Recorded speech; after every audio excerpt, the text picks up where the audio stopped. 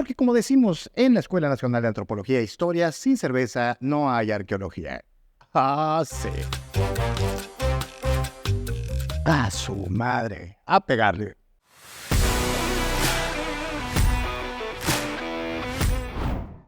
No es de extrañar que en ocasiones las relaciones entre España y los países de América Latina sean un poquitito tensas.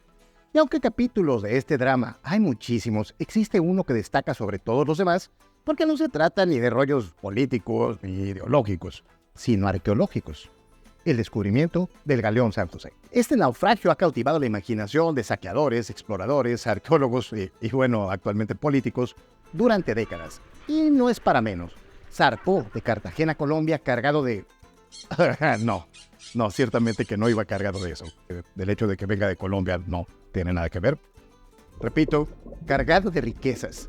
Oro, plata, piedras preciosas, esas riquezas, cochinos. En 1708, durante su último viaje, fue emboscado por una flota inglesa. Tras una batalla naval, el San José explotó y se hundió, llevándose consigo la vida de 578 personas. Y un tesoro valuado hoy en $20,000 millones. Y no transportaba eso, que también vale un dineral. Durante casi 300 años, el paradero del San José fue un misterio, hasta que en 1979, una expedición financiada por un empresario estadounidense afirmó haber encontrado los restos. Sin embargo, Colombia rechazó la reclamación alegando la falta de pruebas. En 2015, la Armada colombiana confirmó el hallazgo, desatando un conflicto internacional que sigue vigente. Este tirito legal está protagonizado por España, que exige la devolución del tesoro basándose en la Convención de UNESCO sobre Patrimonio Subacuático. Colombia, que argumenta que el barco es suyo por estar en sus aguas territoriales y no haber firmado la Convención de UNESCO. Y finalmente la empresa estadounidense Sea Search Armada, que reclama su parte según el contrato firmado en 1979. ¿A quién pertenece realmente el galeón? ¿Al país de origen del barco? ¿A los países de donde salieron las riquezas? ¿Al país donde se encontraron los restos? ¿O a la empresa que lo encontró inicialmente?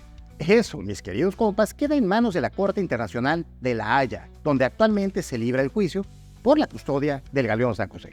Pero más allá del tesoro, me parece importante no olvidar también el factor humano, uno que olvidamos muchas veces los arqueólogos y sobre todo los políticos. Debemos recordar que casi 600 personas, sea cual fuera su nacionalidad, fueron víctimas de un conflicto armado del que tal vez ni siquiera querían ser parte. 600 familias nunca más volvieron a ver a sus seres queridos y se quedaron esperando en los muelles, esperanzados de verlos una última vez. Hoy, con las sombras de la guerra que se ciernen sobre este mundo polarizado por ideologías políticas, insultos reales e imaginarios y una sarta de pendejadas, tal vez sea mejor dejar los restos donde están, como un cementerio submarino que deba ser custodiado y protegido por los países involucrados para impedir que se interrumpa el descanso eterno de estos marineros, en un gesto de colaboración y no de confrontación internacional, permitiéndoles reposar ahí eternamente en el reino de Davy Jones. Si llegaste hasta aquí, probablemente te gustó este video y te gusta la arqueología y la historia. Y si es así, suscríbete para que juntos hagamos crecer este canal. Gracias y hasta la próxima.